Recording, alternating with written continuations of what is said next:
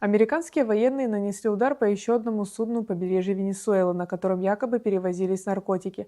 Поэтому президент США пригрозил, что США перейдут к ударам по суше после атак с кораблей, чтобы остановить поток наркотиков в страну из Венесуэлы.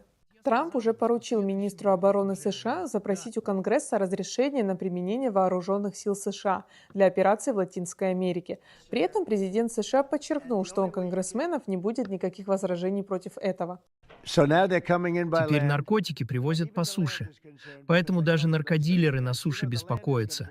Ведь я сказал им, что следующими будут уже они. Да, те, кто перевозят наркотики по суше, будут следующими. И, возможно, мы обратимся в Сенат за одобрением. Пойдем в Конгресс и расскажем им об этом. Но я не думаю, что они будут сильно против. Не думаю, что мы обязательно будем просить об объявлении войны. Просто убьем тех, кто ввозит наркотики в нашу страну. Насовсем убьем. Вот так вот.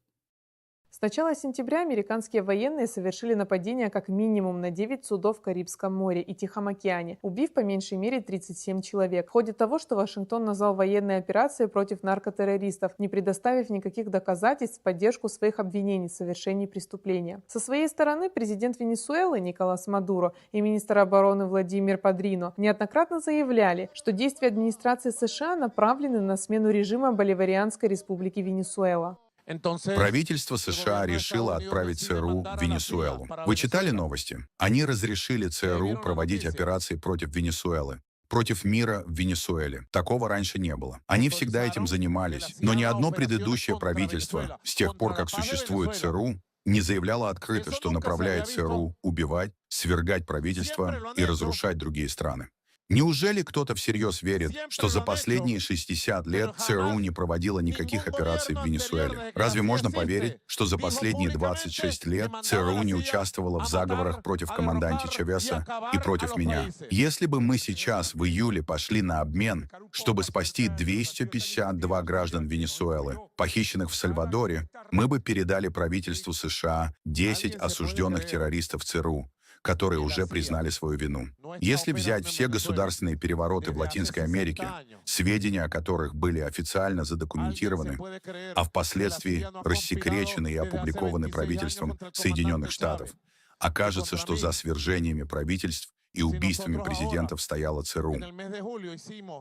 В своей недавней речи президент Трамп также заявил, что Колумбия и Мексика полностью оказались под контролем наркокартелей, и США нужно защитить от этого. Реакция двух стран, Мексики и Колумбии, однозначная и одинаковая. Действия США – это нарушение международного права. Очевидно, мы не согласны. Существуют международные законы, регулирующие действия против предполагаемой незаконной перевозки наркотиков или оружия в международных водах. И мы ясно дали понять это правительству США и публично. Что ж, у каждого из нас свой подход к международным дебатам и отношениям с Соединенными Штатами. Мы выбрали прежде всего защиту наших мексиканцев, наших соотечественников в Соединенных Штатах. И защищая наши принципы и наш суверенитет, мы выбрали схему открытого диалога с правительством США в поисках соглашения. Масштаб оскорблений Трампа в адрес Колумбии и меня лично теперь направлен не на создание эффективной стратегии борьбы с наркотиками, а на оказание влияния на выборы, которые состоятся в Колумбии в следующем году. Его цель – обеспечить возвращение к власти крайне правых сил, которые имеют прочные и доказанные связи с наркотрафиком, но подчиняются внешнему вмешательству. Для Трампа важны победы, неважно какие. Венесуэла является государством наряду с Кубой и Никарагуа и не подчиняется США. И это, по словам политолога Александра Михеева, воспринимается для них как вызов. Трампу нужны победы. Но президент Трамп, он объявил много чего он понаобещал. Ему нужны победы, ему нужны успехи. В секторе Газа, на Ближнем Востоке он что-то такое изобразил, всем рассказал, что это успех, хотя все понимают, что это декорация. Что-то пытался или пытается изобразить на Украине, но здесь гораздо более сложная обстановка. Венесуэла. К Венесуэле приступили, ему кажется, что с Венесуэлой, может быть, получится. Ему нужны такие большие победы, которые в том числе подкрепят его положение внутри страны, и всем покажут, что Америка, по-прежнему в доме хозяин. Вот, под предлогом борьбы с наркотиками, потому что это действительно большая проблема для Штатов.